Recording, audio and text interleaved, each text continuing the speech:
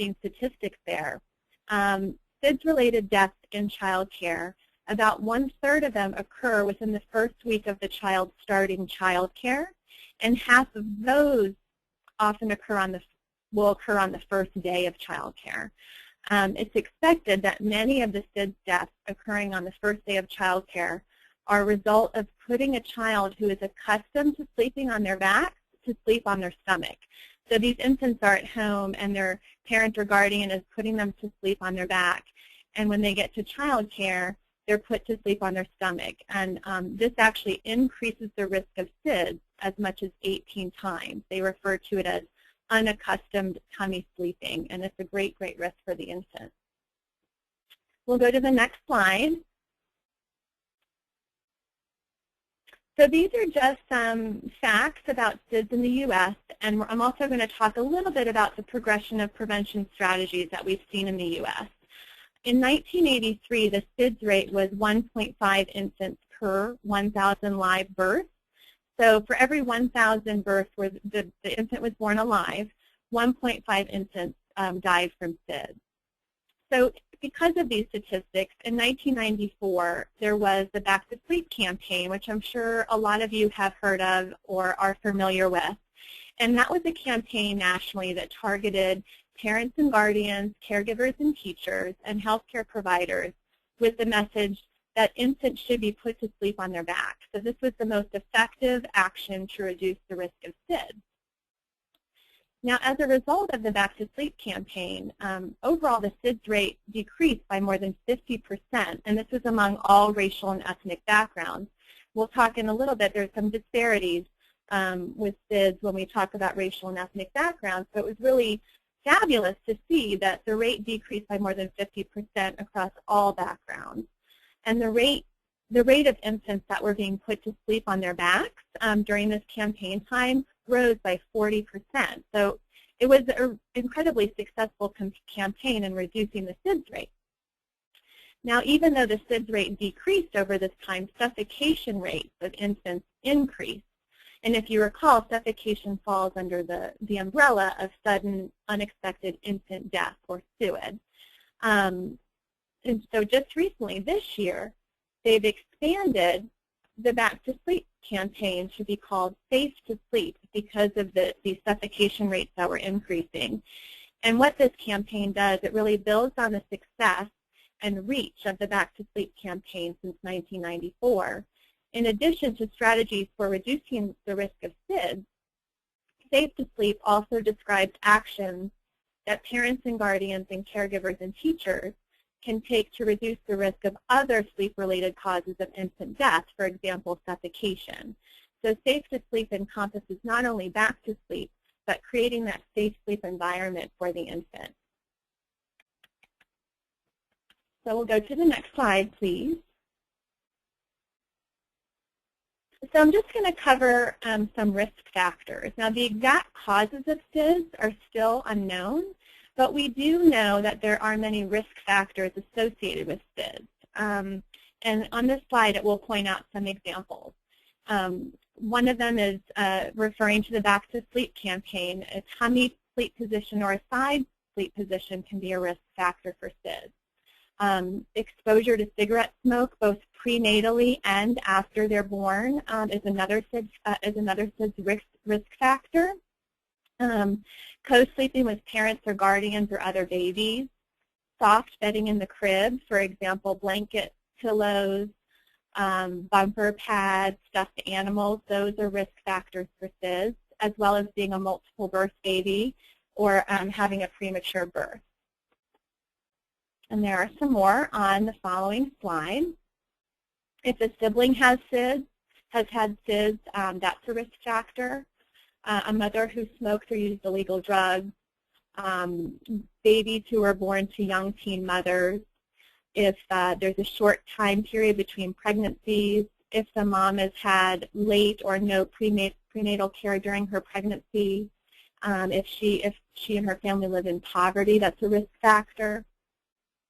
And studies have also shown that African American and Native American racial background, with those racial backgrounds, is associated with nearly double the risk versus white and Hispanic families. And I believe on the next slide, Susan is going to address how providers can modify some of these risk factors in the child care home. Okay, thanks, Jean. In family child care, we know that caring for our children is one of the most important things that we do, and some of the factors that we need to be aware of, we've been discussing. We want to know what we can do to modify those risk factors. One of the risk factors is sleeping the child on their tummy or the side sleep position. A lot of providers still think that it's okay to sleep them on their sides, and we know now that that is not an appropriate thing to do. Also, having the soft bedding in the crib. We should make sure that we take everything out of the crib except for a tight-fitting sheet, and we will go over other things that we need to do. But also co-sleeping. You should never sleep a child in with another child. And the prenatal, postnatal cigarette smoke exposure are definite factors that we can definitely modify in family child care. Next slide. So this is Jean again, and I just wanted to talk a little bit about the NRC's primary publication, which is called the Caring for Our Children National Health and Safety Standards Guidelines for Early Care and Education Programs. And in 2011, we published our third edition, which contains 686 standards. And that publication is produced jointly by the American Academy of Pediatrics, the American Public Health Association, in conjunction with the National Resource Center. And we involved many content experts and stakeholders in the development of Caring for Our Children, including family child care providers. And we were lucky enough to have Susan as an expert who really brought that family child care perspective. So thank you again, Susan. From Caring for Our Children third edition, we published special collections of standards based on a specific topic.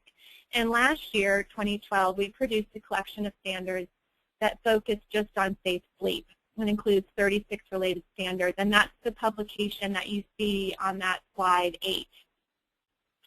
And you'll notice I did hear that Mandy say that you'll be receiving a copy of this PowerPoint, and you'll notice that I put that link there at the bottom of the slide goes directly to the Safe Sleep Practices publication. And from there, you can search by specific topic. Like if you wanted to search just about cribs, you could go to this link and go to our database and just write in cribs and find all of the standards that relate to cribs, as well as you're able to print this publication out. So what I'm going to do, starting with the next slide, is I'm just going to go over the different components that we cover in our Safe Sleep publication. So we have 4 standards that cover safe sleep practices, 9 standards that address the environment, 15 standards that cover information about knowledge-based orientation, training, and continuing education around safe sleep, 6 standards that address safe sleep policies, and then there's an additional 2 standards that address related issues, one of which is child nutrition, and that addresses breastfeeding and its protective factors against SIDS, as well as we have a standard around if there is the unfortunate incident that there is a death in the program. So going to the next slide,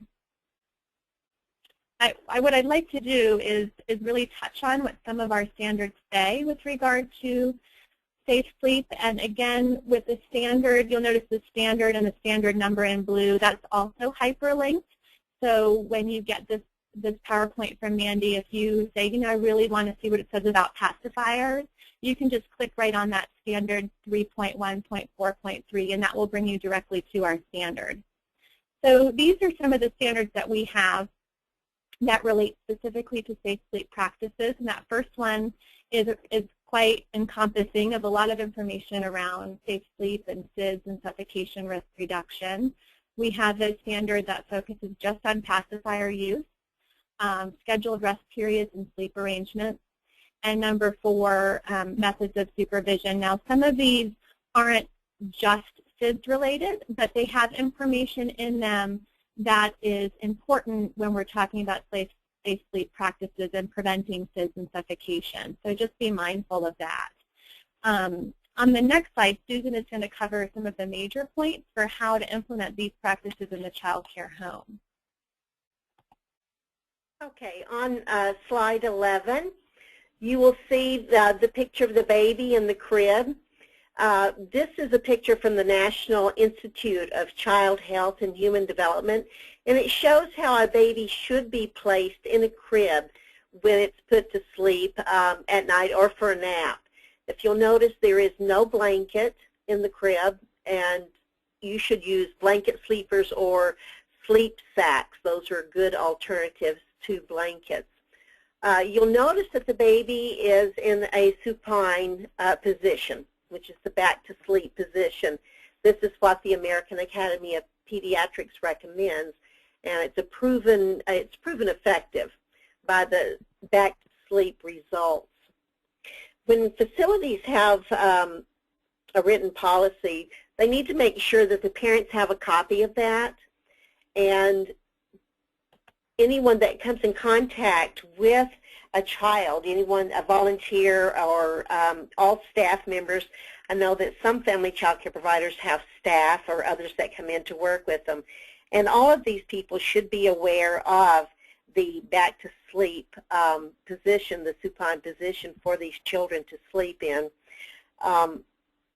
Infants up to 12 months of age should be placed in a supine position, which is wholly on their back, for every nap or sleep time they have, unless there is a reason that the infant's primary care provider has signed a completed waiver stating that the child requires an alternate sleep position.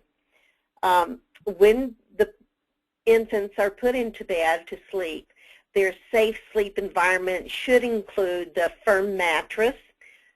We do have new crib standards that we have to meet now, so those are up to date. Need to have a tight-fitting sheet, and no other items should be in the crib.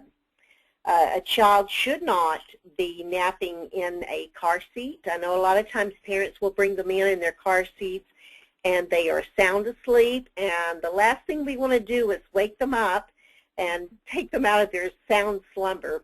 But it's very important that when they arrive, that they are taken from their car seat and put them into their crib where they sleep, and make sure that they are on their back to sleep. And the loose bedding, there should be no bumper pads, quilts, comforters, any kind of sleep positioning device. Swaddling infants is something that is really not necessary, but you can have one-piece sleepers for them. Toys, including mobiles and things like that, should not be used on any part of the crib. A lot of people say, well, the mobiles keep the, children, they are good for development and everything, but a crib should be used strictly for sleeping and not for the entertainment of the child or a place to put the child. They should only be there for their sleep time. And the temperature in the room, let's see. If you could go to the next slide, please, Mandy. The temperature of the room where a child sleeps is very important as well to the prevention of SIDS and suffocation. You want to make sure that the temperature is comfortable for lightly clothed adults. The infant should wear the garments that would maintain an appropriate temperature. Some people think that if a child is, they're colder than an adult, and that it isn't true. They're the same, they have the same temperature as we do, and they don't need to have, blankets and everything to keep them warmer. On the pacifier use,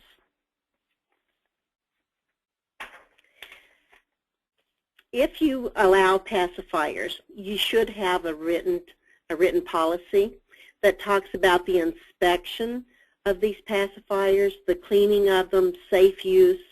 You don't want to force a child to use a pacifier if they haven't used one before. I think that in a family child care home, one of the things that is easiest is for the children to be sharing pacifiers. So you should have written instructions on how you use your pacifiers. They should be used only for sleeping when a child is in bed, and you could ask that the parents bring at least 2 pacifiers, so that way you could put them in a bag and label it using a waterproof label or a non-toxic permanent marker. And that way you can switch out the pacifiers. If the child drops it, then you can put it in the bag for, cleaning and use the next one. Also, keeping them put up when they drop them will keep the other children from picking them up and putting them in their mouths. If they refuse the pacifier, don't try to make them take it anyway. Make sure that you do not coat the pacifier with any kind of sweet thing to, help them use it. They don't need anything like that. They should be cleaned and stored to open to the air so that they will be, dried in a healthy way. You don't want to put them in the bag wet. As I said before, use of the pacifier outside the bed is not recommended. Also, you want to, there should be regularly scheduled rest periods and sleep arrangements for the children. Use your written safe sleep policy to reduce the risk of SIDS. The rationale is that the sleep is essential for optimal health and growth. Infants need at least 1 to 2 naps a day. I want to talk about the supervision for children. Children should be within sight and hearing of caregivers and teachers when they are napping. Supervision is one of the things that is basic to the safety of our children. Even the NAFCC standards discuss the fact that children, infants and toddlers, children under the age 2 and under, should be in sight and hearing at all times, even when they are napping or going to sleep. There is no need to keep the room dark or to provide complete quiet for a child when they are napping.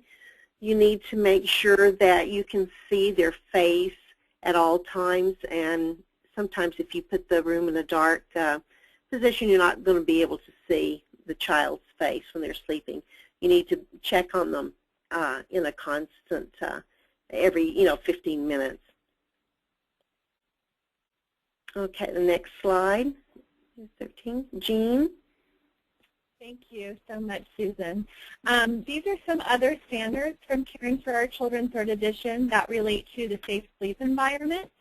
We cover standards on sleeping equipment and supplies, and this would cover things like where they sleep, for example, a crib or a mat for an older child, bedding, sleep surface, etc. We also have a standard specific to cribs, as well as stackable cribs. We have a standard in Chapter 6 that's related to crib toys. And then we also have a standard that talks about limiting the infant and toddler time that's spent in a crib, a high chair, a car seat, and other things that might be limiting for their movement. So we can go to the next slide.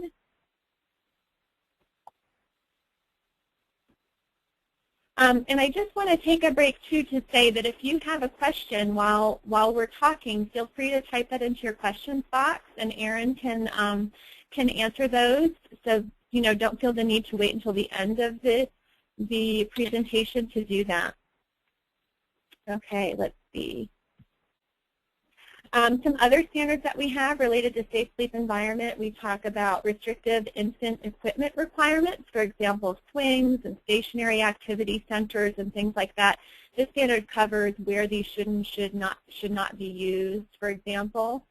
We also have a standard that talks about the safety, how to ensure that the equipment, materials, and furnishings that you have in your home are safe for the children. We also recommend monitoring of product recall. As you probably know, there often are times when materials or equipment that are used for infants and children are recalled because of something that's been discovered that's unsafe or hazardous. And so it's important to monitor those recalls from they usually come from the Consumer Product Safety Commission, also known as CPSC. We also have a standard related to the use of tobacco, alcohol, and illegal drugs, which obviously our standard states those things should not be used around child care homes or on premises or around children. And we can go to the next slide. So I just want to make some major points that come from our standards. And this next slide and the next two slides will talk about cribs, because obviously that's the sleep environment for these infants. One thing I think that Susan has pointed out and that I pointed out earlier is that each child should have their own individual crib. So there should be no sharing consecutively, which means that consecutive sharing can cause the spread of infection from bed sheets and things like that. And so we say that no consecutive sharing would decrease the risk of spreading infection, and that bed sheets should be washed between uses of different children. Co-sleeping increases the risk of SIDS, as I mentioned earlier, so children should be sleeping on their own in their own crib. The mattress should be snug with sheets tight to reduce the risk of entrapment and suffocation. And then there's also standards around how far apart the crib slats should be. They should be no more than 2 3/8 inches apart. And the minimum height from the mattress, from the top of the mattress to the top rail, should be 20 inches to prevent entrapment and falls. As you all probably know, drop-side cribs, stacking cribs, or alternate beds are dangerous to infants. And drop-side cribs, I think just in the last year or two, that used to be the standard crib, and it's no longer allowed. Toys, cords, strings, etc. can pose strangulation and choking hazards. And as we've touched on already, soft toys like stuffed animals can pose a suffocation hazard for children. So those things should not be in their sleeping environment. In the next slide, we'll cover a few other standards about cribs. There were new standards for manufacturers that came out in 2011, and then new rules for centers and family child care homes came out the following year with regard to cribs. So programs, some of these new rules are that programs should check each crib before it's purchased and used to ensure that it's in compliance with the current safety standards. And again, I'm going to use that acronym CPSC, Consumer Product Safety Commission. They are the ones who are really responsible for ensuring that manufacturers are following these rules when they're building things for children. Another agency that you might hear referred to quite a bit is called ASTM. That's known as ASTM International, and their former name is American Society for Testing and Materials. And so they're another regulatory agency. As I said, drop-side cribs used to be the standards, and I know that caregivers and teachers, I've heard from them before that it was so much easier on their backs, but now that's no longer allowed. You want to check your crib regularly and make sure it's not been recalled. Again, that points to the product monitoring that I mentioned before. Repeated assembly and disassembly of cribs can lead to problems and lead to the crib being unsafe. So if you can avoid doing that, that is certainly a good thing. Although tightening hardware to ensure the crib remains sturdy is a good idea. So that's different than taking it apart and putting it back together, but just maybe going around on some regular basis and making sure that there are no loose bolts or nails. That's a good idea to helping to maintain your safe sleep environment. A lot of cribs are made of wood, if not all, I guess. The normal warping and shrinking of wood over time can cause joints and slats in the crib to fail. So buying used cribs or vintage cribs is not a good idea because they're not in compliance with current standards. It's a good idea not to use a crib with parts that are missing or damaged, obviously, because this has an effect on the safety of the crib. It's also important to check the crib sides and corners to see if the sections are coming apart, because that can be a lethal hazard. And of course, if there is something that's broken in the crib, we recommend that you don't attempt to repair the crib yourself, but that would probably be something you'd want to call the manufacturer about. And in the next slide, Susan's going to address some important points about infant equipment and product safety.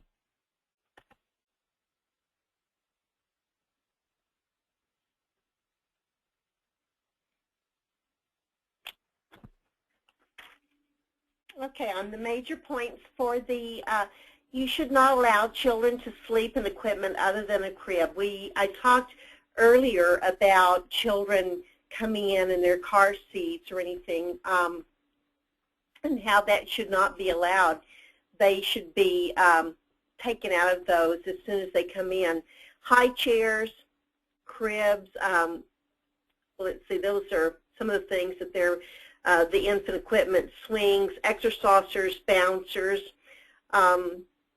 It's fine to use all of those things in child care, but you just don't want to leave the children in them for more than 15 minutes at a time, and certainly not to sleep except for the cribs. When it's sleeping, you need to make sure that they are in a crib that is safe, and we don't want them to have the opportunity to fall out of those things when they fall asleep. The exercisers, for instance, they do need to make sure if you use those, or the bouncers, you put the legs down on them. I know a lot of the exercisers are the rocking kind, but they do have the legs that you can put down to make them stable. And if they do have straps to strap them in, make sure that you use those straps for the children. Development of skills is hindered too when you use the equipment excessively. Children need to have that time on their tummy so that they can, develop their muscles and grow. Also, I know that when children have been sleeping on their backs a lot, or they're laying in a position on their back, the back of their heads do not tend to form properly. Jean, what is the term for the child when their head is flattened? Right. It's escaping me, but I can look it up if you'd like. Okay. Well, it was with me, and then all of a sudden it just went right out of my mind. But I'm still back in child care. I got off work a little while ago, and so but they really need to have that tummy time. And too much time, in swings or exercises or bounces or anything like that does not allow them to have that time to develop and everything. So you should definitely limit how much time they have in there.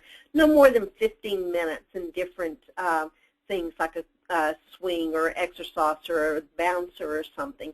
And make sure that those things are placed in such a way that other children won't get to them and, turn the swings over, or, their bouncers or their exercisers and everything.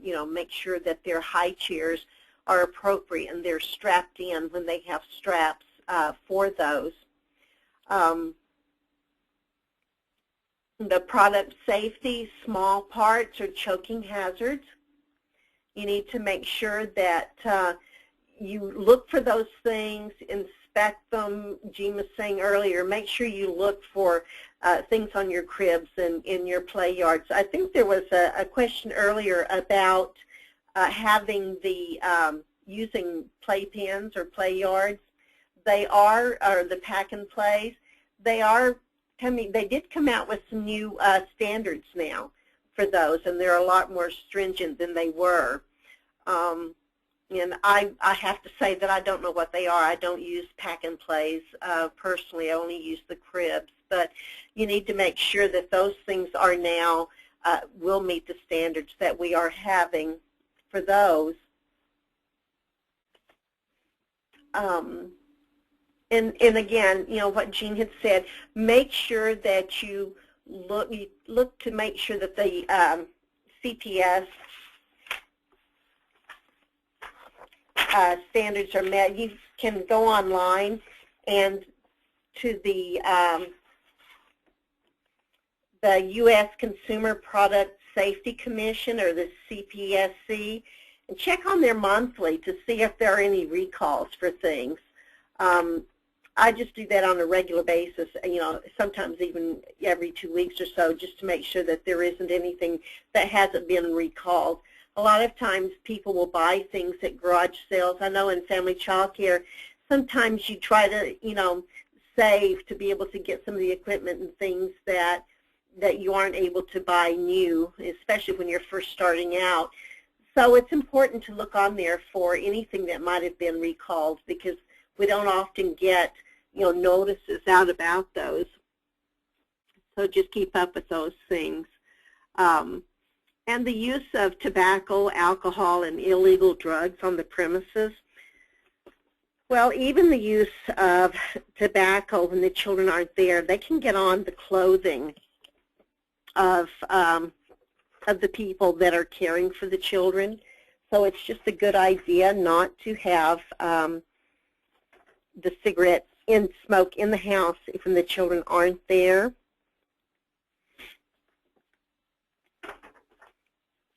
Because there's scientific evidence that has linked respiratory health risks to secondhand smoke.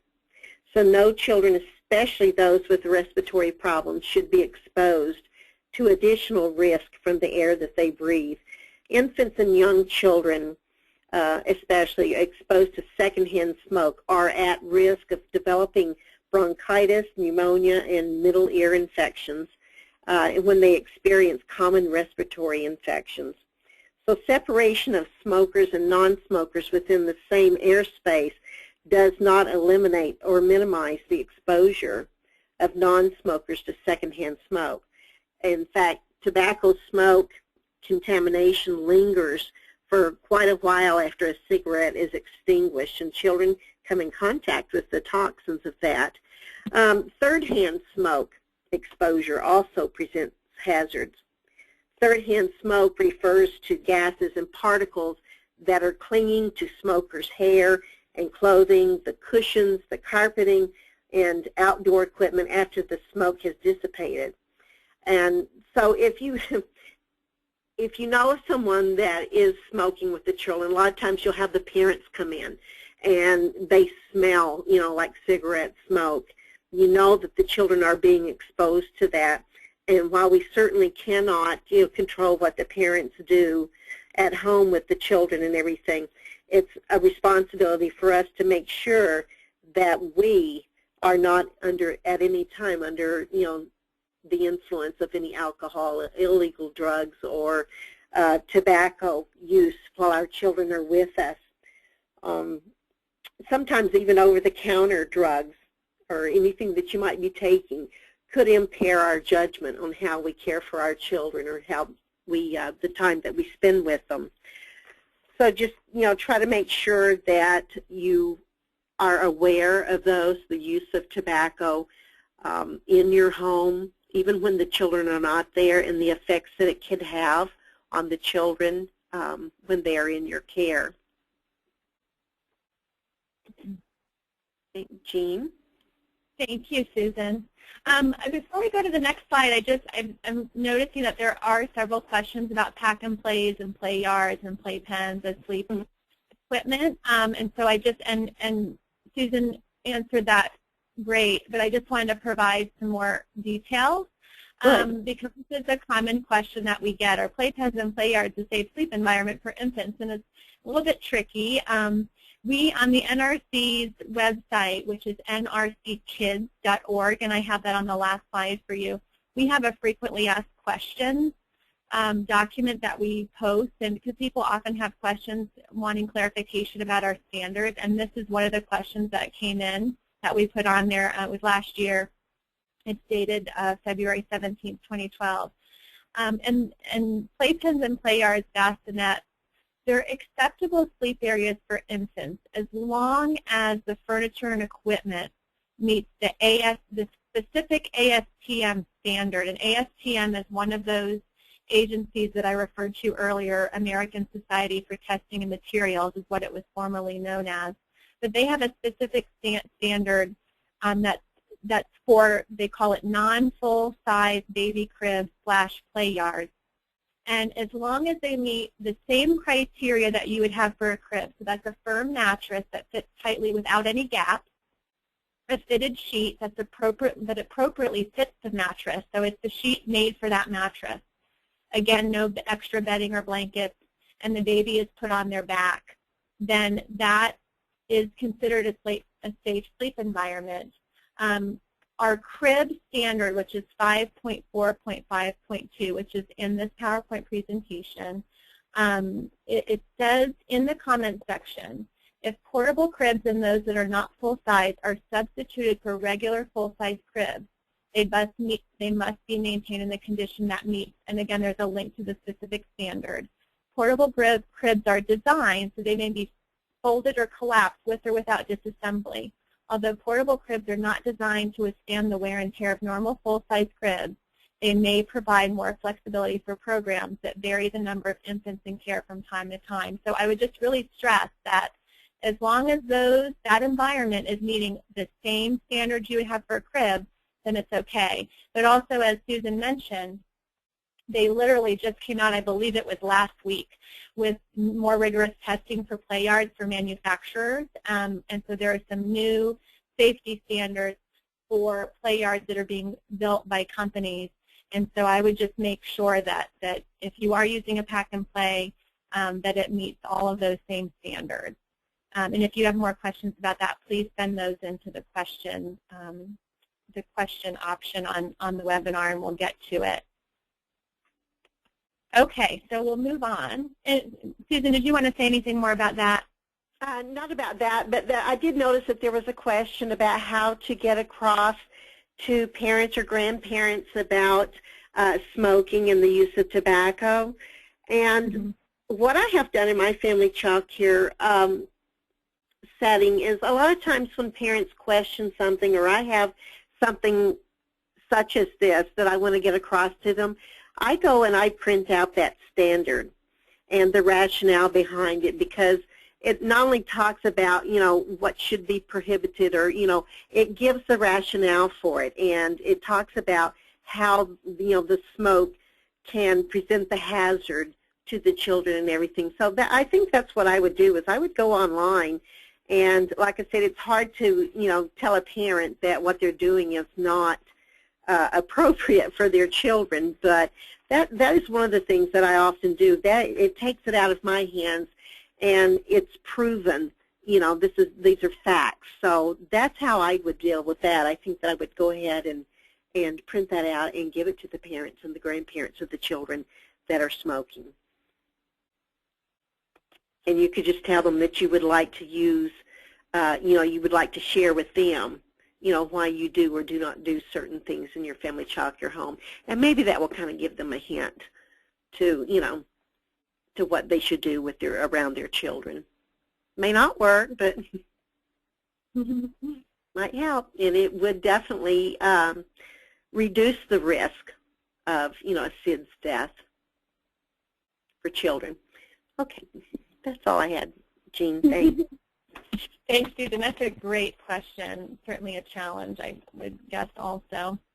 So just going back to our standards and what they cover, we have a number of standards, 15, that are around the education of safe sleep. So, and specific to this audience, you might be interested in 3, 4, and 5, but 3 specifically are general qualifications for family child care givers and teachers when operating a family child care home. And we'll go to the next slide. Just want to point out more specifically what those standards say. So these are all individuals for whom knowledge about safe sleep and SIDS suffocation risk reduction is really essential. For larger centers, obviously, we want the director to know how and why to promote safe sleep in a group child care home. Caregivers, teachers, owners of child care homes. So, you folks are really on the front line, and we count on you to implement safe practices to protect the children in your care. If you happen to have a health advocate or a child care health consultant with, relationship with someone like that with your program, it's important for them to be aware of these things as well.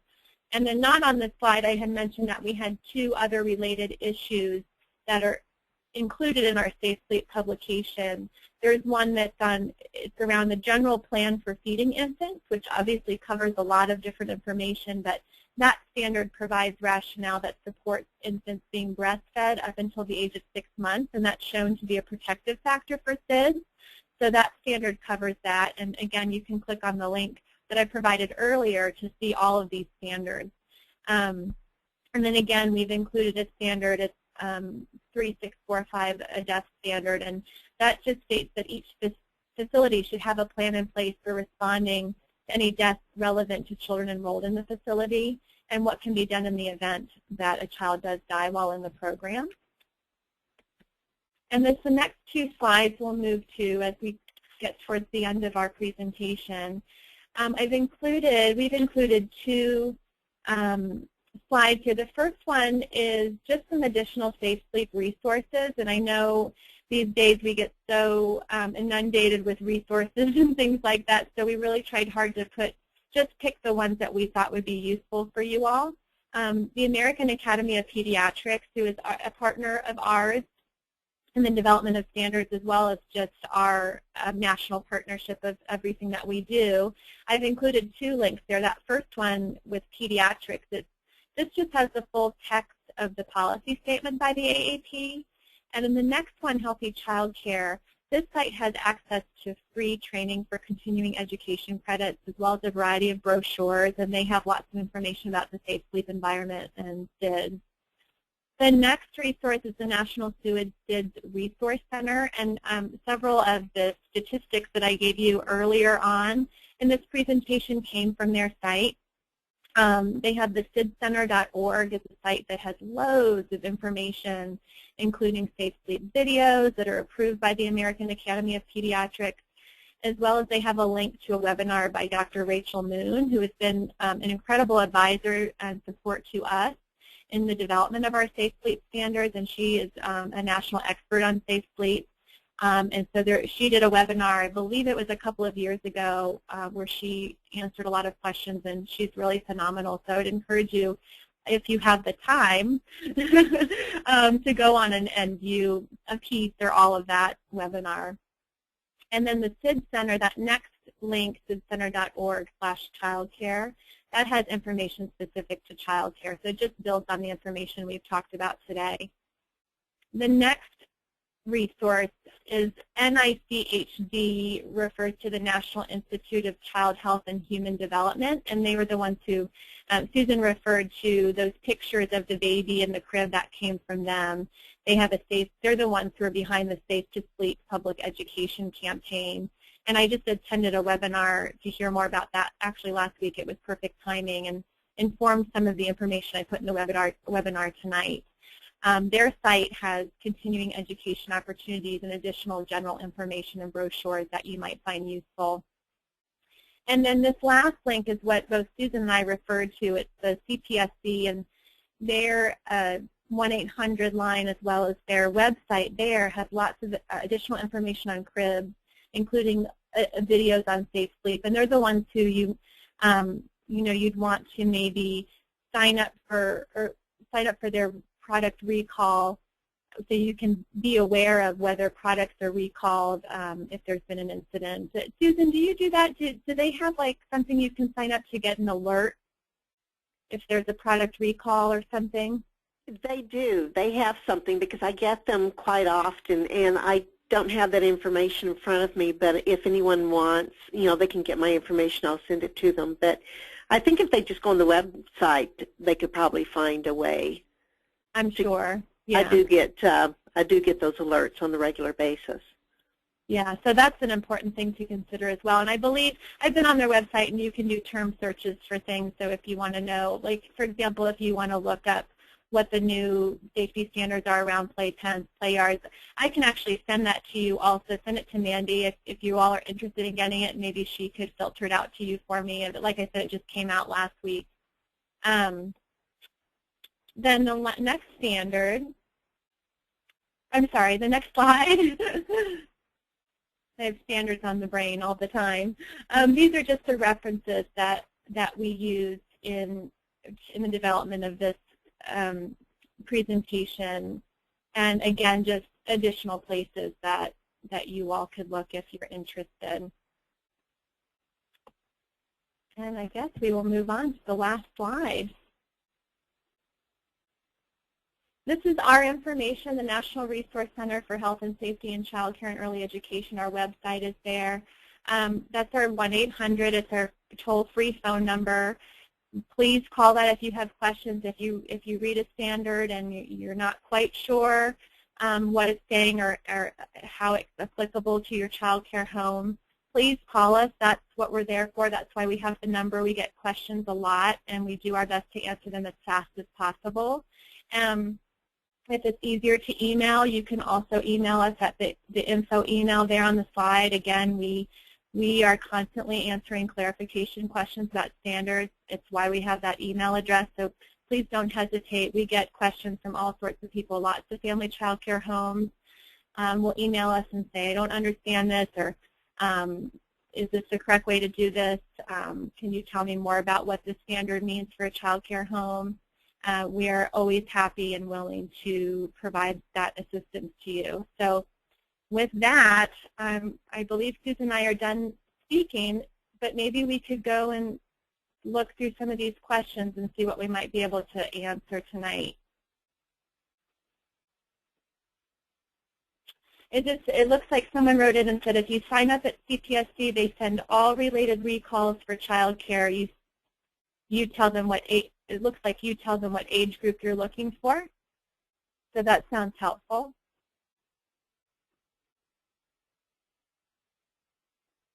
Someone else said you can sign up for children, toys, and equipment from the main CPSC page. I'm assuming that is referring to getting alerts.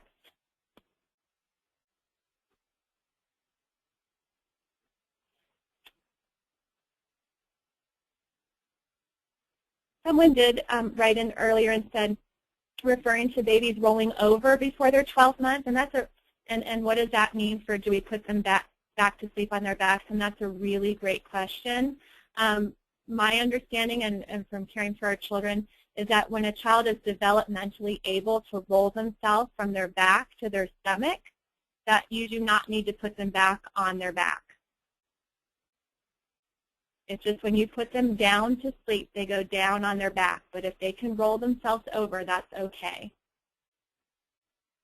And it's the same with the pacifier. If the pacifier falls out of the baby's mouth and the baby starts to fuss, you don't have to run over there and put it back in their mouth. If it falls out, to put it back in their mouth. Just, you know, take it out of the crib. But that is a good question, because I've had that asked many times. If a child turns over, are you supposed to put them back on their back?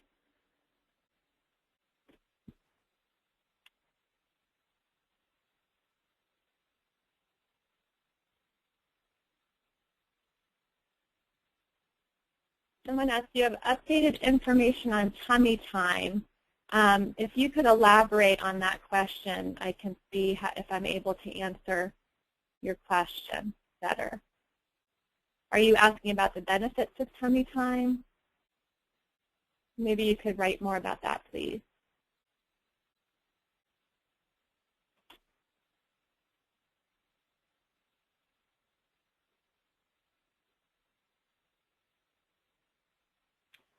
Someone asked if the father is a smoker, does it affect or cause SIDS? That's a really good question. I'd have to look and see if that's the same as maternal smoking. My understanding is smoke exposure to secondhand smoke is a factor, is a risk factor for SIDS.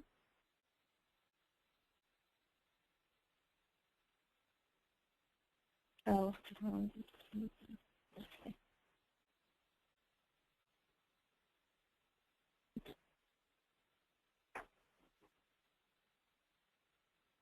okay, so the question about tummy time was how long do you do tummy time according to their age, and I'm going to look that up.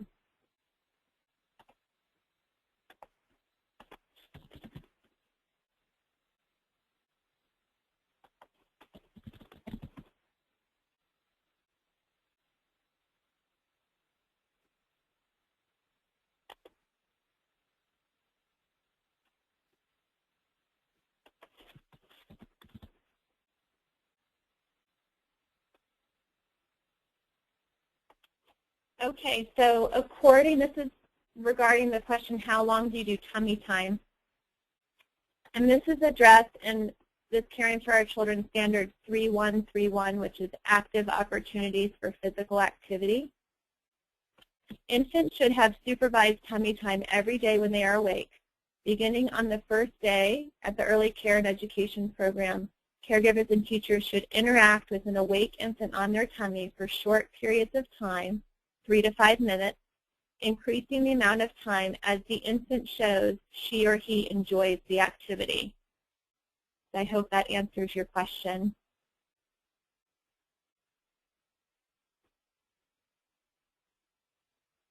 Okay.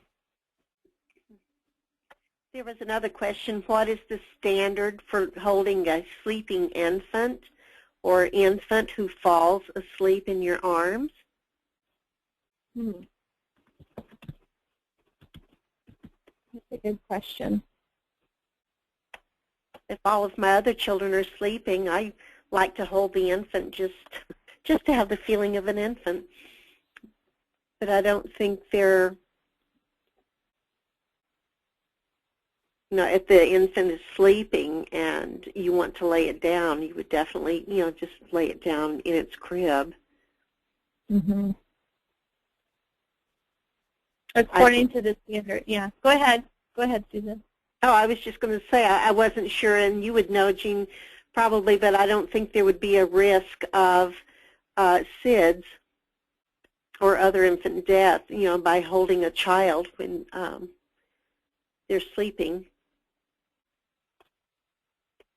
Right. I'm just seeing if we address that specifically. Let's see. I don't believe we do, but maybe, Erin, if you could just look. I'm just doing a quick search, and I don't see that we address that specifically.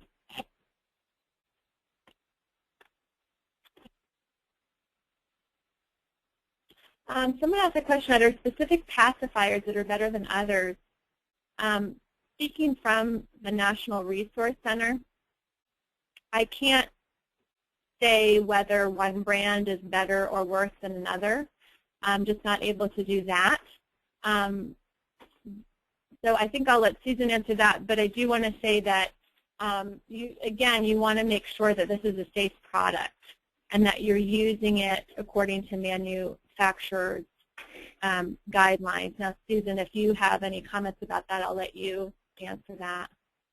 I don't know that there's one that is any, that is better than another.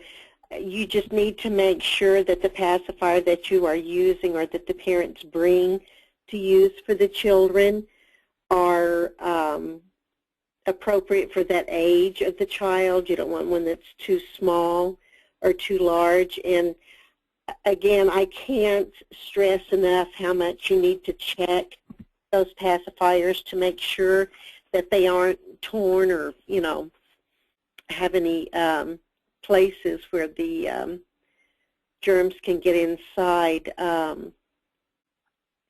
I had a paper here on pacifiers. I was looking to see if it said anything, but I don't think they would recommend a particular brand over another.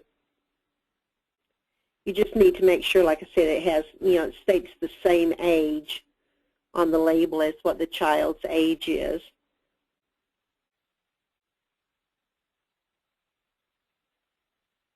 And according to WebMD, which is, has the parenting and baby section to it, they have said that a free plastic pacifier, and I haven't seen those, bisphenol A-free plastic pacifier, they show that endocrine disrupting hormones found in some of the plastics can be harmful to infants. So you might want to look, at those things. So someone asked, is the required time of checking on the infant still 10 minutes, or has that changed?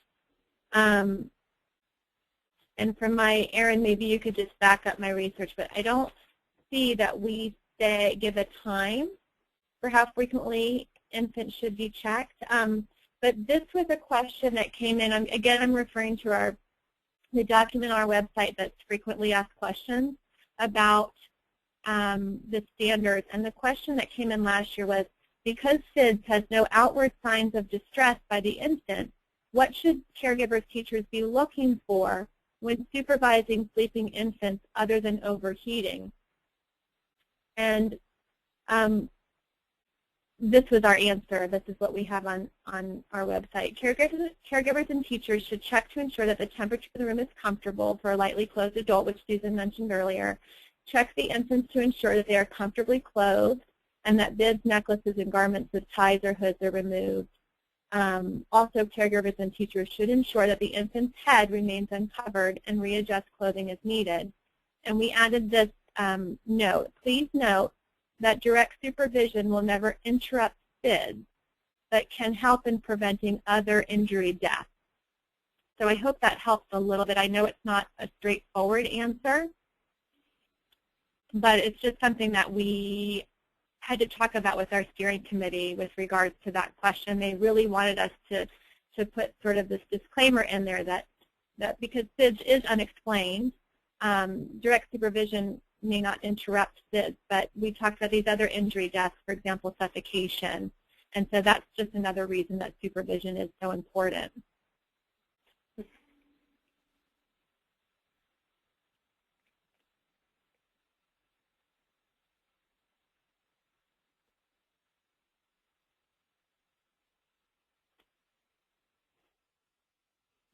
And someone mentioned that it looks like maybe your state might have regulations about. Oh, I'm sorry. This is regarding holding a child. It looks like your state may have their own regulations, or your QRIS may have regulations about if you can hold a child while sleeping, and if so, how long. So that might be something to check in with your local or state regulations about.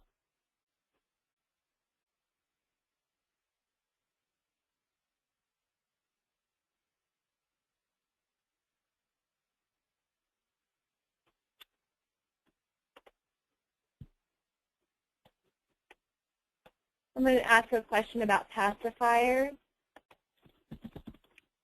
and helping to reduce SIDS. I'm just looking up quickly what our standards say about that.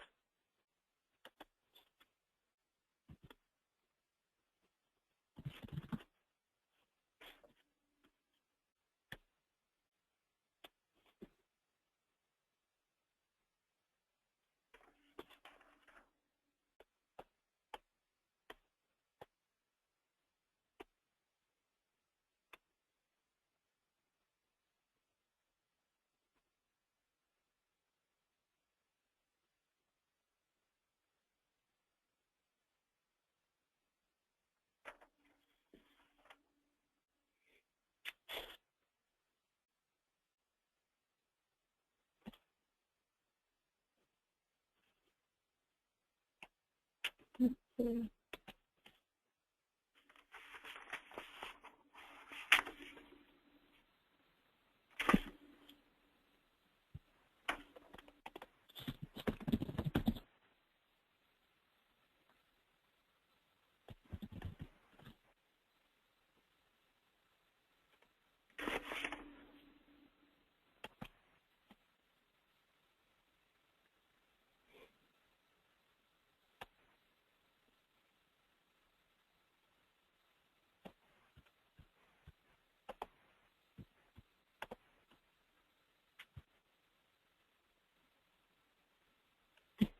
Pacifiers can have a protective factor against SIDS, but as Susan mentioned earlier in the presentation,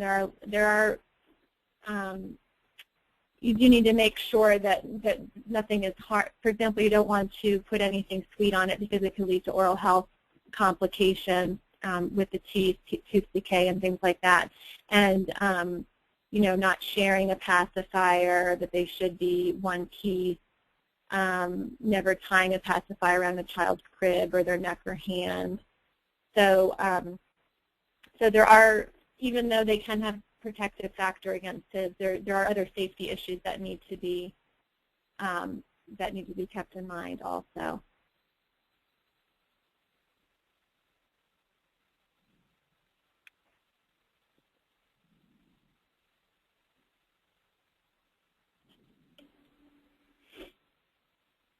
They did say the use for pacifiers, the rationale for that would be that it may aid in keeping the airway open. Mm-hmm. That's right.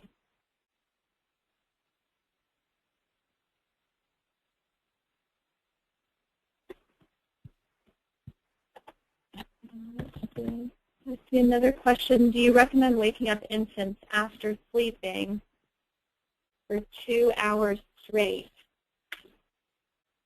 Maybe for the parents you should, because they may not go to sleep when they come pick them back up. No, but I'm looking to see what the standards say about that.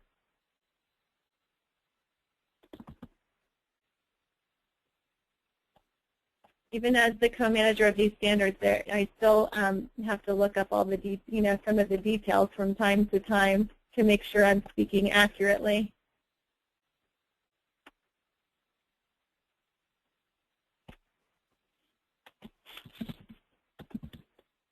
I see there's a comment about the use of sleep sacks, and it's saying that it could overheat a baby, and that you took a SIDS class that said they didn't recommend that. Again, anything that you use, the blanket sleepers, or if you did use a sleep sack, you need to make sure that you check on the child to make sure that they aren't getting overheated. And I think the only time that I would use something like that would be to make sure if you're in a room that's a little cool and you want the baby to stay warm but not overheated. So that is important that you check on them, to see if they're too warm. Like we said earlier, a general rule would be if you are hot, or unless you're having a power surge, as I like to call it in my older years, it's if you're comfortable, the children are usually comfortable. Okay.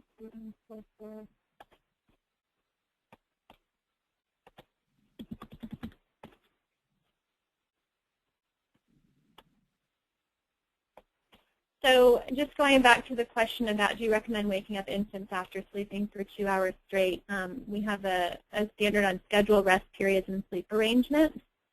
It says the program should provide an opportunity for, but should not require, sleep and rest. For children who are unable to sleep, the facility should provide time and space for quiet play. And studies suggest that sleep is essential for optimal health and growth for young children. So I don't see anything that says you should wake them up, after a certain amount of time. Let's see. I would think that you would, that would be up to you and the parent on how long the child sleeps or the baby sleeps. If the baby is comfortable and there isn't anything wrong and they're taking, a 3-hour nap, they just might need that extra sleep time. And, you might talk with the parents to make sure that the child is sleeping well at night and not staying up later than usual. So the schedule would kind of depend upon, both how the child is responding at your home and also at their own home. Like Jean said, the parents may not want the child to sleep more than 2 hours because they don't sleep at night then. Yeah, and thank you, Susan. I'm so enmeshed in these standards that I'm so happy you're here to provide that practical family child care home perspective. And I think it also depends on the age of the child. That there are recommendations out there for how much sleep a child should get in a 24-hour period based on their age, and so the sleep during the day would have an impact on that. So I absolutely agree that it is between you as the home care provider and the parents or guardians. Thank you for your help with that. Absolutely.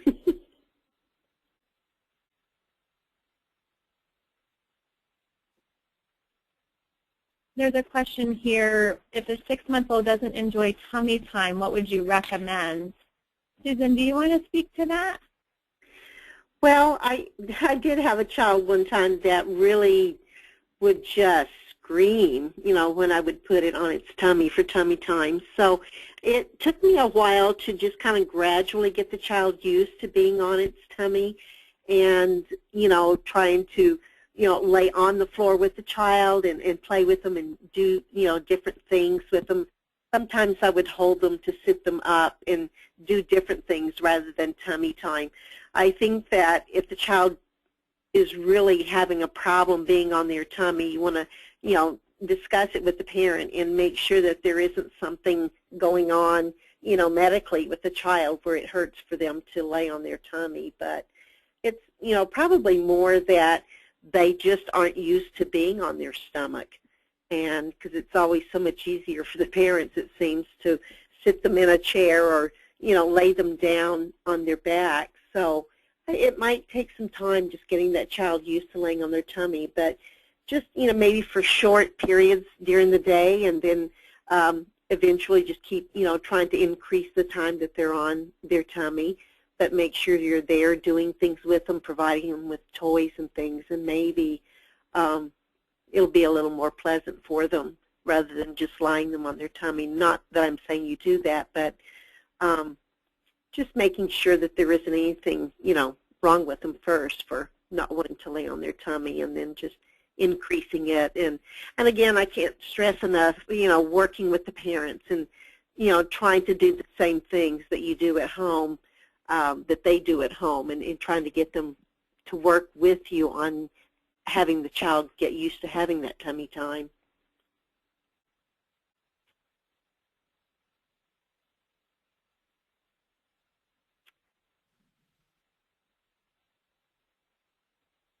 It looks like I'm just doing another overview of the questions that have come in. Lots of great comments and questions. I appreciate you all being active on this. I think we've addressed most questions, but if somehow I've missed you, please type in now. Someone asked, what about exercising the baby's arms and legs during tummy time? Would that help? Susan, do you want to answer that? Or I don't think that's the same as tummy time. It really isn't. Yeah.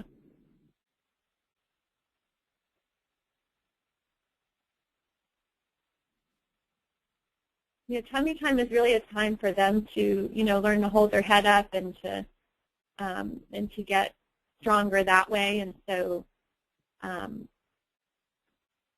that probably would not be I don't think that there's really any substitution for tummy time. Would you agree, Susan? I agree. Yeah. Yeah, because they do need that to, like Jean was saying, to build up their muscles to, that is the base for further future growth and development. So they need to have that time to develop those tummy muscles, those neck muscles, and the upper arms. Mm-hmm. And that's about the only way they can get that, is by having that tummy time. Mm-hmm. Someone wrote in a good question. Let's see. Well, you've all written in good questions, but this one that just came in. I have a 6-month-old severe reflux. She sleeps on a firm foam crib wedge under the firm fitting sheet on her back. How does this fit into the standards? So one thing that we have in the standards is that if a child needs to sleep differently, that needs to be something that's coordinated between the parent or guardian and their child and their healthcare professional.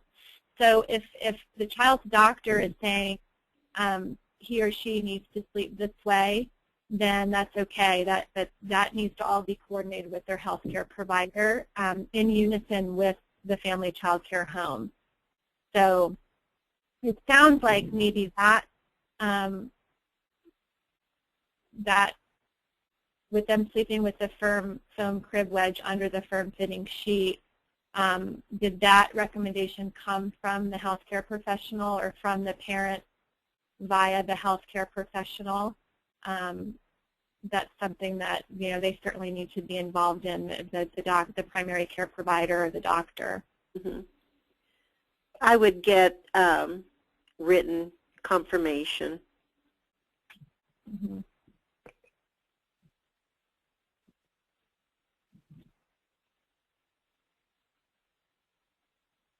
I would have something in that child's file that shows that the healthcare provider recommends that the child sleeps that way.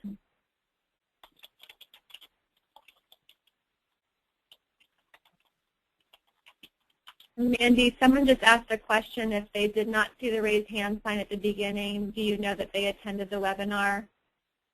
Yes, I will have a full record of everybody who attended the webinar, and you will receive a certificate tomorrow. Great.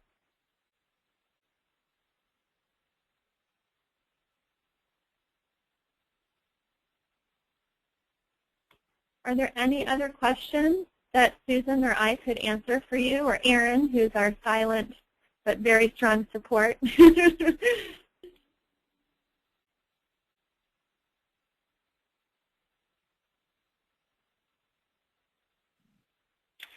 Well, like I said, if that last slide has our contact information, so if after digesting all of this information you come up with 5 or 10 more questions, please don't hesitate to contact us. And we are in regular communication with Susan as well. And if we have a question that's very specific to the child care home environment, we might be in touch with Susan to ask for help. But we are. Well, thank you. I'm so grateful that I got the chance to talk with you all tonight. You're just a phenomenal group. I have so much respect for what you do. Both of my children are in child care homes, and I think it's such a special place for them to be. And I just really think I just feel so honored to be able to spend my evening with you. So thank you so much. And I want to thank you as well. I know what you do every day, all day, and I just want to tag along with what Jean said and thank you for what you do for our children. And Jean, thank you for your support. Thank you, Susan, for your constant support and partnership. We would not be where we are without your input, that's for sure. Thank you. And thank you to the NAFCC for inviting us. Absolutely. You're very welcome. And thank you guys all for participating. Thank you especially Susan and Jean and Erin for taking your time to help with this webinar tonight and to be able to offer that to our members for free. That's a pretty rare occasion that we have to offer. And I will send out certificates tomorrow, and I will also send copies of the PowerPoints. And Jean and Susan, if you guys have any other information you'd like to send, if you'll get that to me tomorrow mid-morning, then I can send that out also. Sure, absolutely. Great, thanks, Mandy. All right, I hope everybody has a good night. Thank you so much. Good night, everyone. Thank you. Good night.